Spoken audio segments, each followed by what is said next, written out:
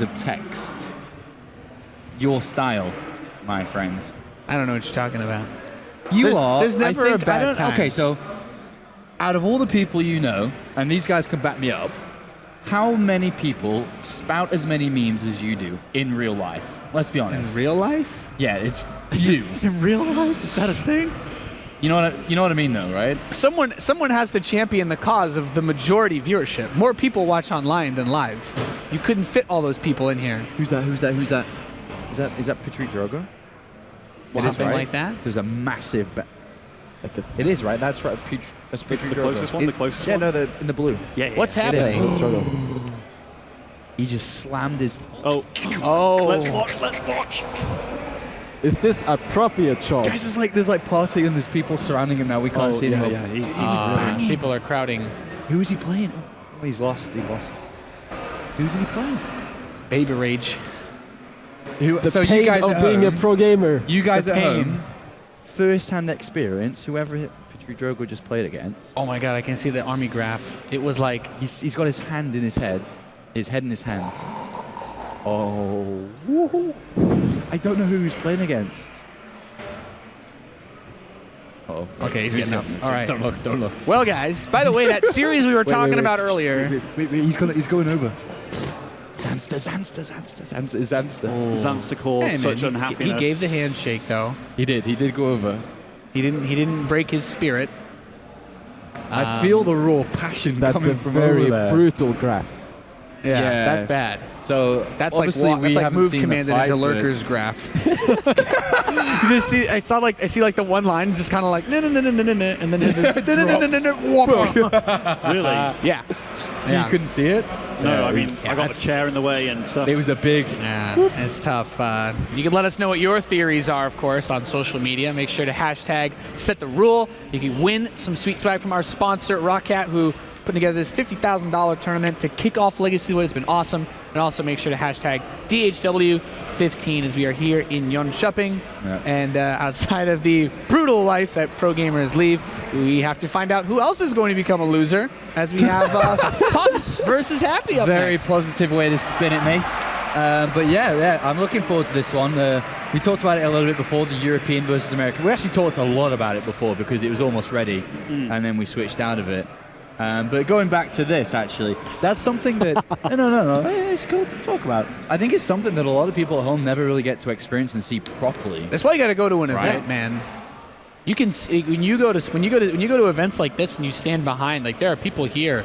You know, you see the name like online, and you see Yeah. him playing. It's like, oh yeah, I really like that player, but you don't really know what they go through. Yeah. It's like talking to people online. It's like you never know when someone types you GG in like a ladder game. You don't know if they slam their keyboard and then type GG. Yeah. You don't know if they were like GG and then they can just walked see it, away and they hear like it, logged and off. feel They just it. like went for a run. You don't know that, or I'm maybe they trying just all to- tabbed. I'm trying to think of one of the big stories we've had over the years of like someone raging hard, and the one that comes to mind is Slivko and Naniwa. That happened? Like every match anyone's played, or No, but it was Slivko that was raging. Oh, okay. Really? I think that he did a double fist bang. And He it, like, snapped the jumped table in half, world. probably. and it jumped the table, and I just remember like him walking over very aggressively to Naniwa, like shaking his hand and sitting back down again. I mean, it's not super. I've broke a hype keyboard story, or but two. There's Zanster after his win. That's the I won kind of a... Emotions are nice to see, though. It's like, even though it sucks to see somebody sad, it's nice to know they care so much.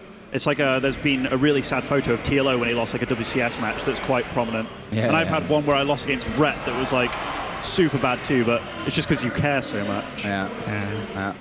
Happens to everyone, It's right? good to know. Gotta be like TLO and stop caring. Remove those feelings. Become the robots. Beef up. funny when he said that. It is more efficient to remove the emotions.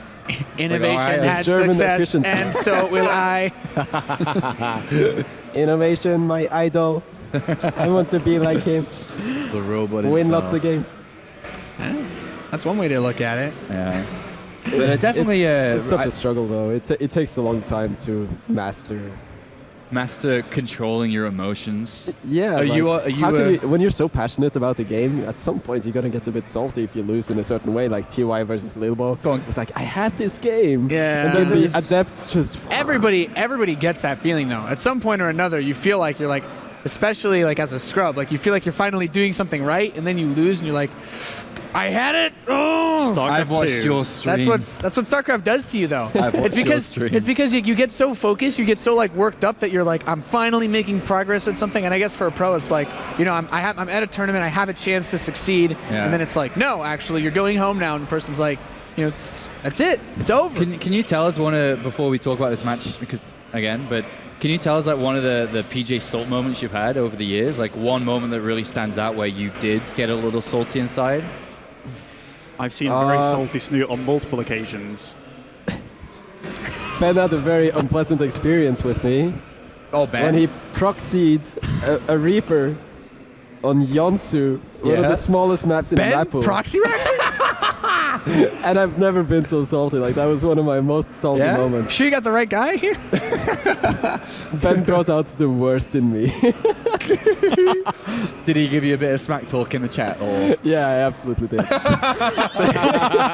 So he was like, he had this proxy 8 supply Reaper in my base. That's a good one, Ben. And I could tell like he was enjoying his life so much, having this Reaper snipe all my drones, and I was sitting there just, oh no, this can't be happening. Not and like I typed this. out in chat, That's it was so maximum PJ Salt, and I said, man, I wish I could be you right now. Winning this game with this Reaper. Like, this kind of thing. You know what's the best is that when In Control's at these events with us, I love the In Control version of the Muslim in Idra. That's like the best story of PJ Salt. How you sat next to him game after game after game, 2-raxing, sometimes purely just to wind him up, if not purely to wind him up. Like, okay, the whole Idris situation, I thought it was kind of funny. And like I thought he was kind of in on it because like he'd beat me, I'd beat him, but every time I beat him, he'd insult me like really hard. And I was like, oh, banter, mate. Like, I really thought it was okay. And I remember there was one time that I was 2-raxing him because he like was insulting me during the whole thing, like just flaming me really hard. And I was like, oh, banter. And then like as I'm killing him, I took a swig of Monster and he looked at me. I remember that, yeah. And he freaked the fuck out. Like, it was silence in the house for days. Like that image, that someone like screen capped both streams. That picture was like top of SC Reddit for at least a week. Yeah, and I was still thinking like, oh yeah, funny man, funny, but no, he did not think so. Like that's the day I realized like this is not comfortable. we do have another match coming up, by the way. We are actually ready to go to the casters. It's we already kind of talked about it anyway. It's Happy versus Puck. Some PVT action with the last North American. Take it away, boys. Thank you, Nathanius. So yeah, we will be having Puck against Happy. And Happy, I kind of predicted him to do a bit better than he is doing right now. He's 0-2 in the group. Yeah, quite surprising if you ask me. Like he's been practicing Legacy for such a long time, so it's weird. Like he's one of the players that... And if he loses this match, he's going to be out, right? Yeah, I believe going 0-3 in a group, even if you finish 2-3, your chances are looking rather slim. So yeah, it's quite bad. And needs to come back here. Anybody in Europe that's played a lot of ladder, such as yourself, you've played against Happy. You've played those drawn-out games where you went Swarm Host when they were good, yes, and he went mech, and they'd be the longest games of your life. He was one of the very few Terrans that were comfortable playing long games against the old, obnoxious, long games causing Swarm Hosts. Anyway, here in the bottom of Dusk Towers, from Russia, it's Happy. One of the more intense-looking pro gamers out there. A 99% win rate against Protoss. Yeah, I like these 99% win rates. I like his name, Dimitri. Yeah. And spawning in the top right, hailing from America, it is Puck. Playing on the ID Mellow. I wonder if that reflects his mood for this tournament.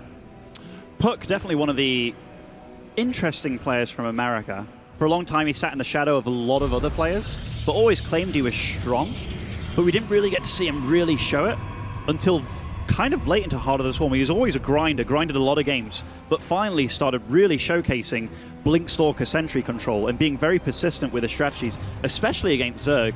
And for the Americans, they don't really get a lot of opportunities to showcase themselves. So just for those at home that don't know the results of this group, he's currently sitting at 2-0. And this isn't, none of these groups are easy. Also in this group, by the way, Firecake actually beat Bomber. That's quite impressive.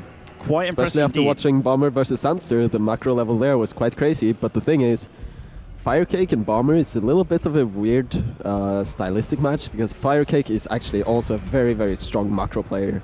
And with the way that the Ravagers are looking right now, yeah, I didn't watch the games, but if Firecake gets to his comfort zone and makes Roaches and Ravagers, then Bomber would most likely be in trouble trying to engage head-on. You know, yeah, you're totally right. When Firecake isn't hiding hatcheries, he's actually a very, very competent Zerg. And absolutely. Also, during like Swarmhost peak, even against Bio, when Zergs learned to use them against Bio, he was one of the greatest abusers of them and had a very good win rate against Terran. I remember him absolutely decimating every Terran he met, including like 4GG and stuff. He made it look easy, but he also used to tear them apart mentally.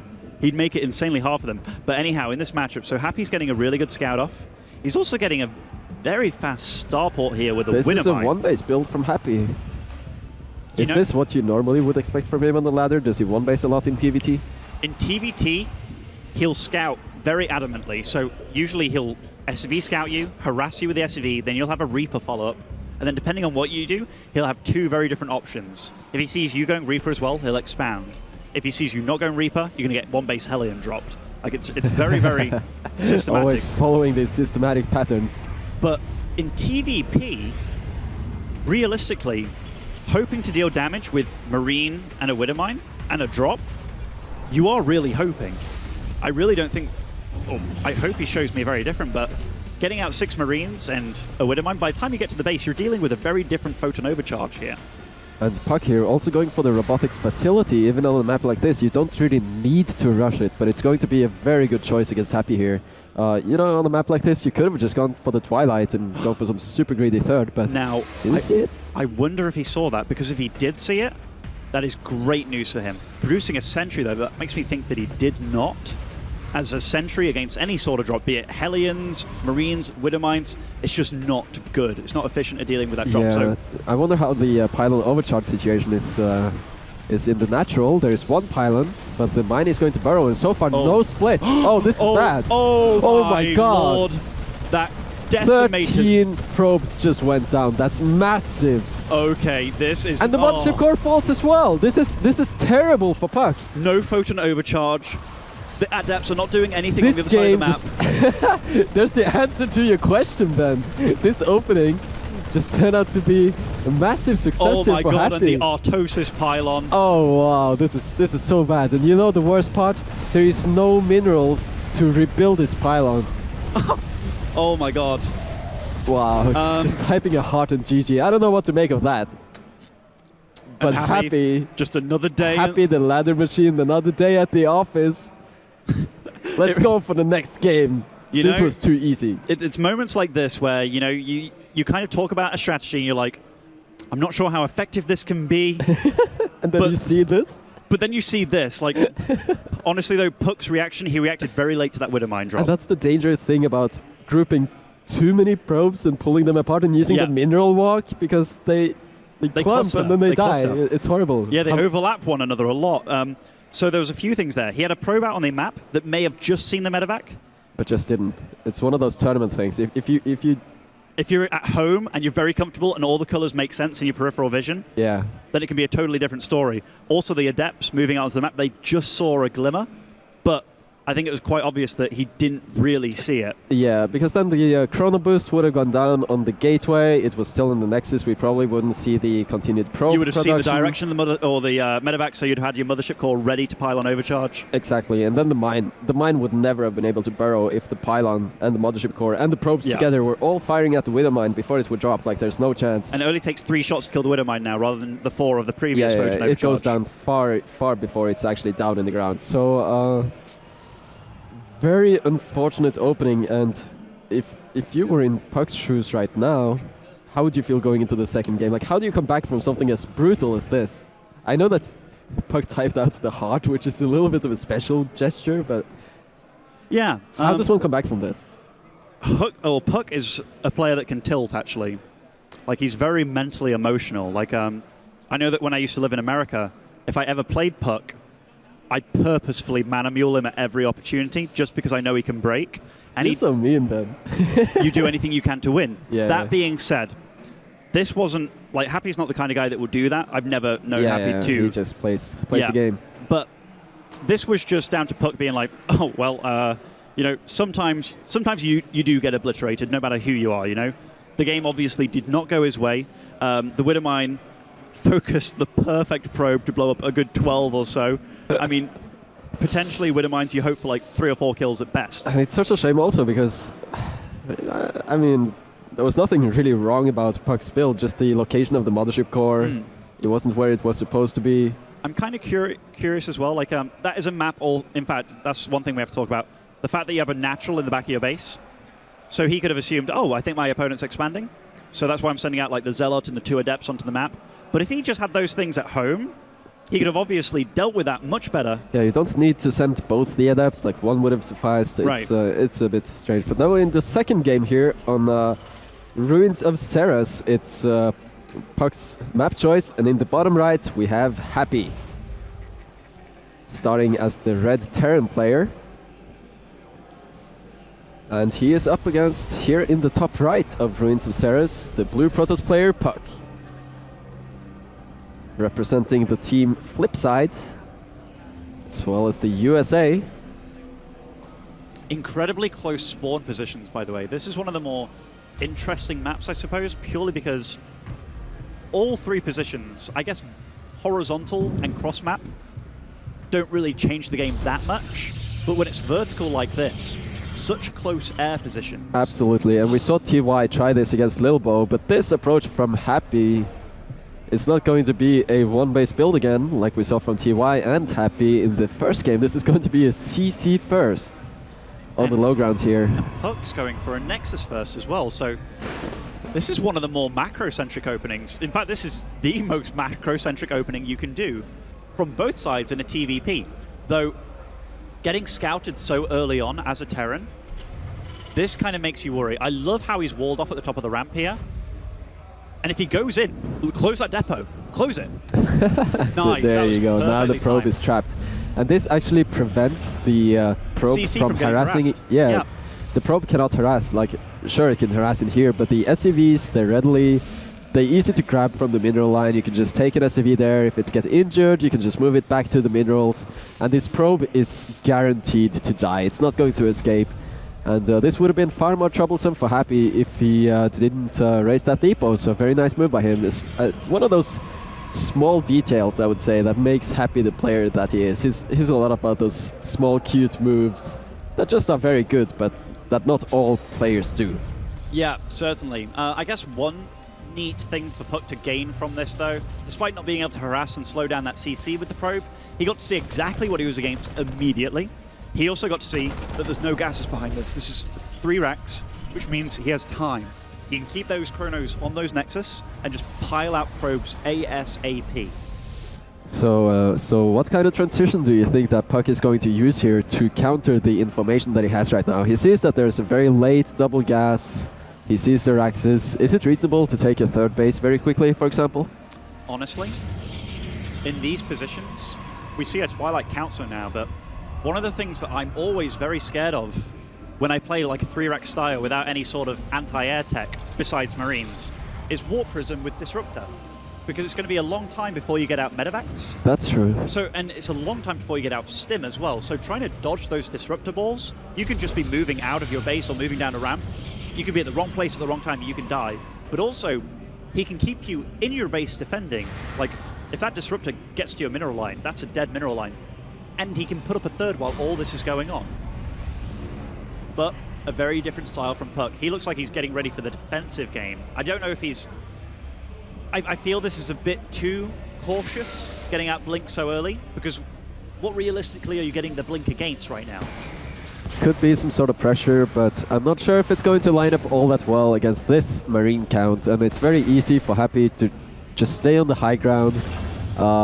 It could be some sort of Blink into the main, possibly, using either War Prism or Observers for that, and Happy getting in his SCV Scout in the main of Puck, sees everything that's going on, sees that there is no 3rd base, so he knows very well what the economy situation is like here. That was quite the Christopher Columbus of the SCV world. He absolutely scouted everything, and yeah, man, that was a lot of information garnered. Here, the Adepts, they die. That's 200 minerals and 50 gas for 1 Marine, so definitely not a trade that Puck wanted to happen. But yeah, getting onto that Blink. So Blink's obviously good, but these medevacs, the starport's only just finished. What do you think of this gateway count? Adding 5 more gates and going up to 6 gates. What do you think of the Protoss when you go for 6 gate Blink? That's quite the committal, don't you think?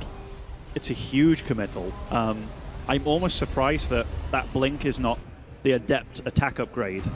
Does it also make sense to go for 6 gates against a 2-base turn? I don't see this work from Puck at all. I think it's... One thing that I want to mention that's very different in HOTS compared to Legacy of the Void is the fact that Stalkers automatically have 1 armor. And so that Marauder attack, when it's normally, let's say, 19 damage, it's now 18. But also because of the Sentry Guardian Shield, it minuses it by 4 again instead of just 2. That's right. Yeah, the Sentry is so much more useful now. So you think Puck is going to go for this one massive frontal attack together with the sentries, or maybe loading up some sentries into the prism, or what do you see happening here? Honestly, I never thought this was a strong build, but yeah, because Puck is going to attack, like that much is for sure, and it seems to be at the front here. But it's a build that definitely gained a lot of strength just because Marauders are significantly weaker against Protoss. Absolutely. You're talking about Marauders that... here we go, the Blink is made. Can we see the force field on the ramp? He's gonna... Okay. Oh my. And only 1 medivac, right? Wait, what is that? Is that combat shields? Okay, he got the combat shields. That's now really it all makes sense. The starport is so late, and with the War Prism and the sentries in the main, oh, the medevac fooled all of us here. He fooled Happy, fooled us, and now he's in the main. Oh, this medevac needs to stay alive. Medevac... Oh, Happy's dealing with this as best he can, and there's only 1 sentry left. In fact, he's not even using Guardian Shield at this point in time. Not even dropping a force field there, just letting everything in, but it's too much Protoss at this point, and honestly at this point you could also warp in Adepts, which are great against any Marines that might come out, and the Stalkers are going to deal with the Marauders that are so critically wounded. Easy peasy. I think Puck is going to even the series here. Dropping another force field, just adding insult to injury, another chain of Marines going out, but they're just running into the Stalker fire and they're going to die. You know, this was all Happy just being out of position. He had his army all at his natural. And honestly, the game's so new that I don't blame him for making that mistake, because we didn't know until now that this was a mistake. I didn't even see this coming. If you look at the third, how the position of it is, if you get Stalkers there, you can blink either onto the main or into the natural. And the prism is so fast as well. It's so fast, so even if you are in the main waiting with your army, it could just be down to the Protoss choosing to go in the natural instead. So it's a beautiful strategy for the map, and I've got to commend Puck on his strategy choice, because I've not really seen this before. This is a very cool build from the Protoss, and probably going to see a lot of it on the ladder the next few days, I think, on Sarah's. Certainly. It looks very fun to play, but Happy is going for a counter drop, and there is no Mothership Core in sight just yet. There it is. Oh, there it is. And there are pylons available to overcharge, but they are not destined to last in this world for very long. And if Puck can take out the medevacs, then this army of Happy does not have any longevity whatsoever. But the range of this pylon is just way too small. It can't fire right now. Happy's doing what he can to try and get back in this game, as he can't take on the full army of Puck, but honestly, I don't really see it working out for him. If he manages to kill both Nexus and hope that his opponent has less than 400 minerals and he can float his buildings and such, but as we see, that doesn't look like it's in the cards right now.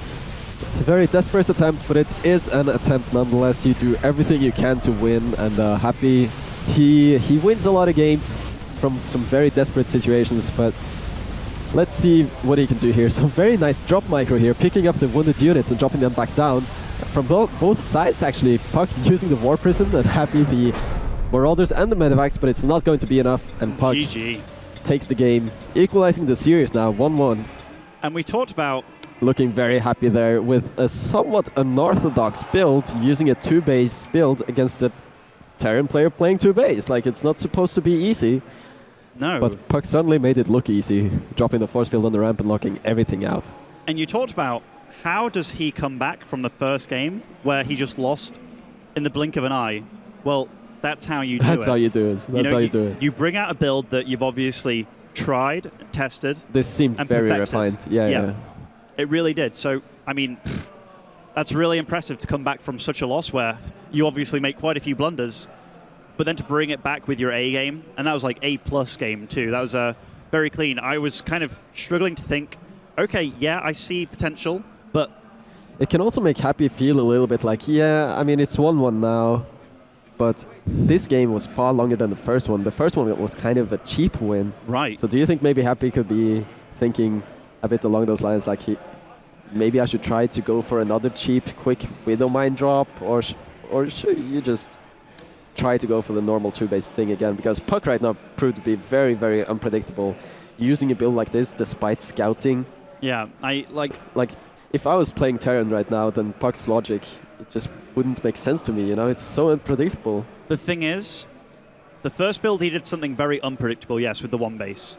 But as soon as you go CC first and your opponent sees you're making 3 racks without gases, it's no longer down to you, it's down to your opponent and what he's going to do. Because you've kind of said, hey, I'm doing this, and there's no real change. It's not as if you can get 3rd and 4th gas on your Expo and just make a totally different strategy. It's not the way that Terran works. You are very, very linear with what you can do. So very locked down to the path that you already went down. Right, so while it is obviously an economic build, the Protoss is in no threat, and he knows when he is under threat.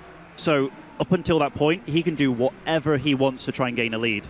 So it can be economic, what's the word? Froggy leaps? Yeah. Like leapfrogging, or it can be just knowing when to kill your opponent, and Puck chose the latter. I really like, I do really like his decision. And what is the third map between these guys? Orbital Shipyard, is that? Orbital Shipyard is going to be Happy's choice here. A bit of a smaller map. I mean, we did get the close air positions, so in that sense, the rush distance was kind of small, and when warp-ins with War Prisms are involved, then the distances don't really matter that much, because you basically teleport the units you warp them in. This is also a map where you're given a free Expo. And Happy took advantage of that by not getting the Expo and doing the 1-base drop. So the mind games are going to be quite intense right now. Is he going to do it again?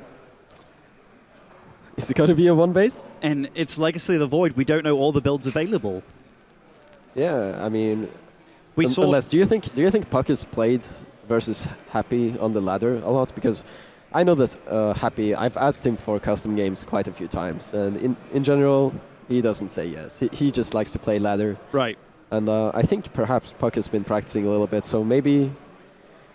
I have never seen the nickname Mellow on Europe. No, me neither. I haven't seen Puck, the nickname Puck on Europe either. Could be a barcode. Could be, but given the new Legacy of the Void ping, latency changes within regards to playing on North America especially, you can choose which region you play on for ping. Yeah. And I don't think... I know that Puck lives in North Carolina or so I'm not sure if it's a place where internet's amazing. But when you're given those options to play with 0 latency or play with 150 plus, you always take the 0. I guess it's more comfortable. So whether these guys have played against each other or not, either way, he's played against enough guys going CC first, 3 racks, no gas. Yeah, before. that's for sure. So this was a very practiced response from Puck. We'll see what he goes for next. Ben? The cast a curse, eh? The cast a curse. You're feeling it. The hard life. I'm feeling it. Imagine Tasteless, man. Yep. He went through some tough GG. stuff. Yes. You can't really do it more than once a day if you want to keep on talking. But or you can just drink barrels of whiskey and develop the voice naturally. Either way. Either way, we'll be going into this game soon. Seems to be loading up sometime soon. Just waiting for a bit of info on that. Have you played a lot of games on Orbital Shipyard, TvP? What do you think of this map from a Terran perspective? One of the tough things about this is warp prisms into your natural or main. You probably feel the same way as a Zerg player. Yeah. You definitely want to lock that natural down. Even if it's in base, it's supposed to feel safe, but it's very difficult to actually get the... there's no possibility for a ground army to actually support the path beyond that level. Yeah, I mean, Terran... Unfortunately, we don't have flying supply depots that can kind of see a warp prism incoming. So as soon as that thing is in your base, it's in your base without really you having much input that it was coming. But we will be going right into game here. Third map of the series. And spawning is the red Terran in the southwest of Orbital Shipyard. It is Happy. Will he 1-base or will he expand? That's the question. We'll find out in a little bit. The player he is up against, from flip side, it is Puck. Now, Puck went for a Nexus first that game, which I'm surprised hasn't garnered more popularity in this matchup.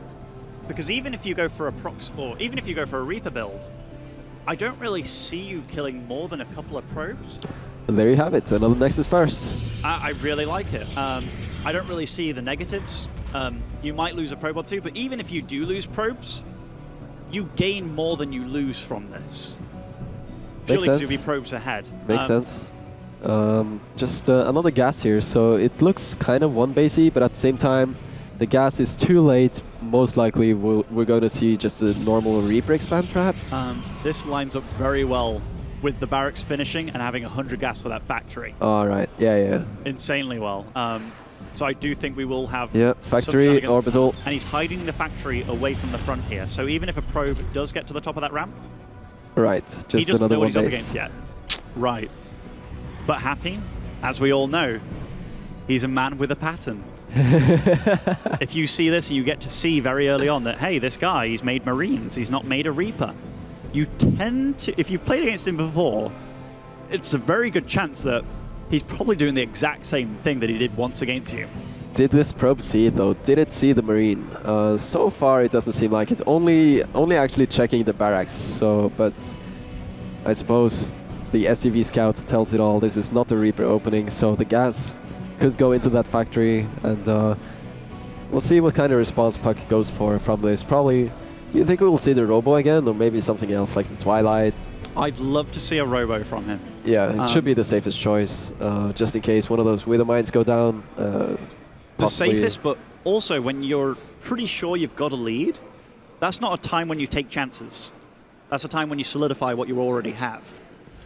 So as a player like Puck, he knows that he can win, not the macro game, but he can win against Happy quite easily too. Why chance it? Here, he's making Adepts. I don't want him to play aggressive with those, though. Yeah, I think we had a second Adept queued up, but it was cancelled in favor of this robotics facility. More gas is going down as well, so this is looking very, very defensive, very macro-oriented from Puck. I like this approach a lot, but it's going to be on Puck's side of things to defend this much, much better than the first game, because that was a disaster and the game just ended. So it's up to Puck to make sure that that does not happen again. Now, I wonder what Happy's follow-up is going to be with this, because he's producing a second gas, getting the reactor on the barracks. A lot of Terrans, upon doing a build like this, where you kind of need to slow down the Protoss, they like to leapfrog ahead in like elsewhere. And oh, look at this probe. This is perfect. The parting probe sees the medevac. Man, but did you see it, Puck? Surely on the minimap, you must have seen this one. It stayed in the vision for so much longer than in the first game. You have to see this one in the mothership core. You already have the Adepts in the front. And look at how meticulous Happy is. Going for the natural again. Like, this is exactly the same as in game one. It has to go. Where's the mothership core? It's in the middle. It is in the middle. Happy's going for the main. Now he's going for the natural. Marine's dropping down. The mothership core a little bit out of position awkwardly. Where are the Adepts? The mine is going to get to burrow here. This time, but the range of this. I tell you what, though. Very nice. Happy's so making this look awkward for Puck. Like, this is dealing damage that it shouldn't really be doing. Like, there should be a pylon in the middle there between the minerals.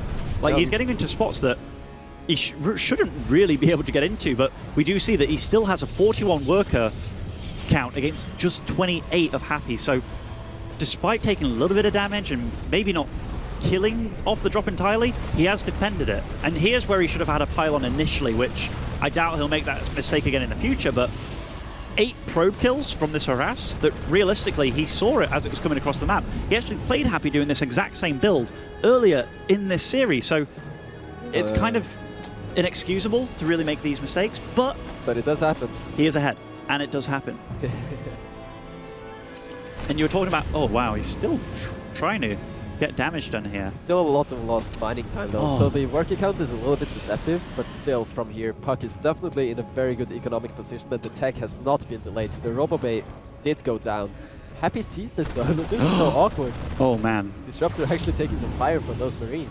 Do you know what I really like by Puck? I love the Warp Prism speed, and I love the fact that he is holding on to this and he's building up an army slowly, so he will be able to use his Warp Prism aggressively while being able to defend this. And a Disruptor, it's not just a unit where it's like, oh, if you have units to defend, you're fine against it. No, because this Disruptor can blow them all to smithereens. So I really like this build. And then with that, you can get a third behind it. There's a Mothership core available. Is he not? Not again! Not again! Oh my god, it happened again! A massive hit there. How many probes went down? That was maybe 10 probes. That was an awesome Widow Mine, and Puck really clustered up against this. Happened. That shouldn't happen. That really shouldn't happen. And Puck all of a sudden is in a lot of trouble. Just this really, really annoying multitasking from Happy here, pushing Puck to the limits. And he's going in again. The Widow Mine, it's almost recharged here. It's going to get another shot, but so oh. That's so cool, by the way. Happy was totally dropping those Marines. To buy time. To buy time, to tank some damage and draw fire away from the Widow Mine. Uh-oh. Oh, man. I don't know how many workers just died there for Happy, but... It didn't look like a whole lot. Denied mining time. 1 worker died compared to the 27 that Happy has killed. But their worker count's still fairly similar. But obviously, as a Terran, orbital commands do work out as a good... Each orbital command is roughly 4 workers because of the mules. Yeah. And here, Puck's doing the strategy that I have had a lot of trouble with, where you take a third and you harass with the disruptors. But what was missing in my games was Widow Mines that get a good 12 pro kills at once. Another disruptor shot here, actually killing 2 Marauders. Yeah. Great pick off there. It's not exactly like killing 12 SCVs, but it's still it's something. It's good value. It's something. Yeah, 200 minerals, 50 gas for nothing. For a cooldown. For a cooldown. That costs you nothing. And the War Prism speed is there as well, so this Prism is not going to go down to this Viking. Obviously a very slow unit, cannot catch up to the speed of the Prism. Now this is a really interesting game, because this is one of the first PVTs that we've seen kind of normalize. Yeah. Without either player going for some crazy disruptor shot though. Oh. Very good splits for Happy, and Puck's saving the Disruptor as well. Man, like, Disruptors, they cause heart attacks, because if you're not looking even for a second, you're going to die. That was a great observer pickup, by the way. He knows exactly where Happy's coming, and yeah, he's getting in position, but that bio ball, it's very, very scary at this moment in time. Yeah, especially on a map like this, because Happy can very, very easily choose if he wants to drop in the third or in the main. And we look at the production tab, by the way. There are Liberators in production. So slowly getting there. And that is one unit that the Disruptor cannot break. That Flies in the air. Flies in the air. 2 shots pretty much every Protoss unit on the field right now. Very good awareness here by Puck with a lot of Blink Stalkers. I wouldn't feel comfortable if I was Happy right now trying to actually dive into this, but I don't think that's his plan either. No, right now, he's got that Disruptor away from him. He sees like the Warp Prism, and while he's been doing all this floating around, he's not been getting harassed. So sometimes it's better to threaten your opponent rather than like sit back and take it. Absolutely, but Puck feels comfortable to move out again with this Prism. Sees a few units here, but there's no targets to shoot. A little bit of an awkward drop there, actually revealing the War Prism with the Disruptors.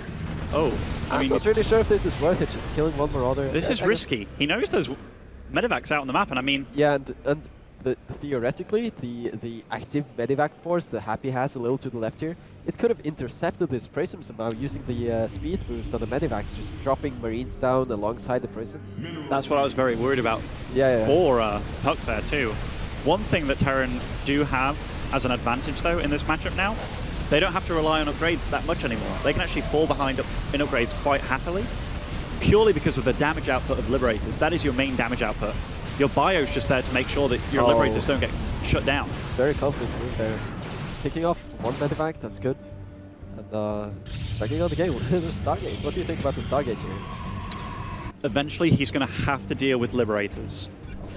And how do you do that? I honestly don't think Tempests are the way. I think Void Rays are very good. And if your Protoss opponent has like a good 6 Void Rays and Disruptors and such, the damage output is insane, both on ground and air. And Liberators, even though you think, oh, they're anti-air, if there's like 6 Void Rays, if I have 12 Liberators, they'll win the fight, right? If you split those Void Rays up just a little bit, the Void Rays actually slaughter Liberators very easily. And how do you support your Liberators against the Void Rays? You just have to run away because the Disruptors are keeping your bio back. The question is though, Puck is investing in a lot of technology, a lot of infrastructure right now, but Happy seems to be moving out. So that was a very nice explosion, but still, Happy is moving out here with a very, very threatening army, and I'm not sure if he wants to commit or not. Not yet. Not yet. Reveals the army, it's a little too intimidating, so it's going to be a little bit of those defensive standoff games for now, and I think we'll be able to see some very interesting interactions later on here. Happy won't do anything until his +2, +2, and +1 are finished. Also, the clock's more on the Protoss player at this point in time. When that Liberator ball's just climbing and climbing, it's up to him to make the right moves, because Terran usually trades more efficiently at this moment in time.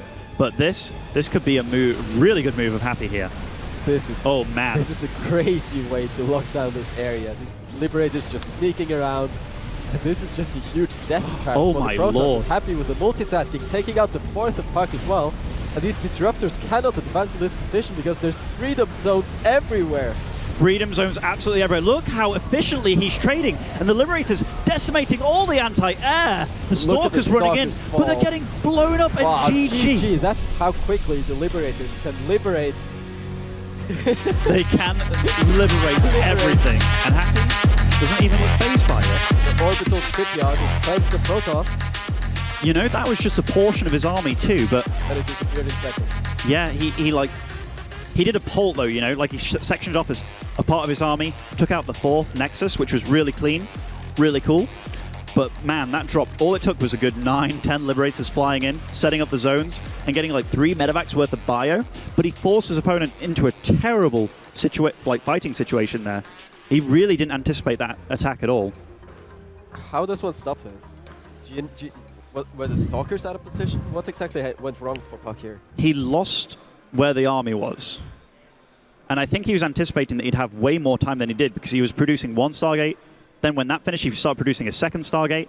He didn't put them to use, which, if you have a few Void Rays ready in that location, obviously you'd need more than just a few to deal with that. But if you're even remotely ready for that attack, because there was no Warpins flying in, there was no Photon Overcharges being done, and if you've only got 3 medevacs worth of units, that isn't a terrible amount of firepower against buildings alone.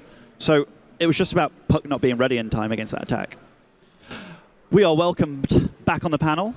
Hello. By Apollo and Nathanius. Hi. Hello, fellas. Hi. How's it going? Good. Did you like that game? Yeah. We were making fun of it, actually. We were very surprised about how many SCV kills Happy killed in game number 2, yet was never had an SCV count, worker count. Oh, in that final game, you mean? Yeah. And then he pointed out that he just can't build 2 SCVs at once at any time. Happy is known, actually, for microing so hard that he actually forgets to macro. he got the massive probe hit, and then Marines killing workers. I'm like, oh, God, he must be so far ahead. He was like 10 workers behind. I'm like, what? Yeah, I mean, that's also the strength of going Nexus first and you having permanent chrono boost. Yeah. But also the fact that his CC so late. So while you're kind of guaranteed doing a bit of damage, it's never usually enough unless you get like those dream Widowmine hits, which he seemed to be getting every time. Right. Yeah, the probe splitting there was less than ideal, I would say. Less than ideal, Nathan. Yeah, and I think it's really important to note that Puck actually did a pretty solid job in that last game of keeping the drops away due to the observer positioning. But I don't know if like the Liberator sniped it earlier or if Puck moved it away to try to get a Widowmine. Before the very last engagement, the Liberators, there was a scan, killed the observer, and from there, Puck was in the dark for the last that's crucial 10 seconds. Yeah, it wasn't even like so much that the army was out of position, but it was also like outside. It was down the cliff outside the 3rd base. It wasn't even like, okay, I'm at the 3rd, blink up into my main and try to defend. It was, no, I have to run all the way up, and that is so intimidating as Protoss. Like, you're barely outside your own 3rd.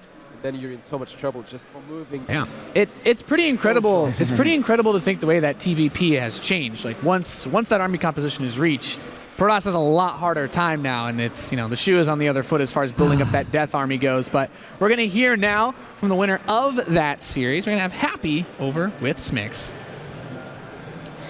That is right, Nathanius. I'm here with Happy after that win. First of all, congratulations.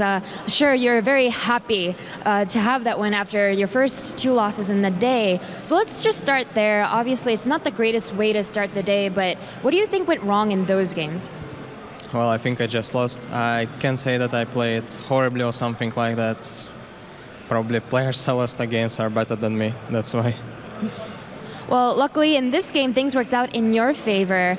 Games 1 and 3 especially, it just seemed that things really worked out for you, especially in that game 1. You had a great Widow Mine hit, you got that pylon down, you got the Mothership core, everything worked out beautifully, so you must have been really happy to see that.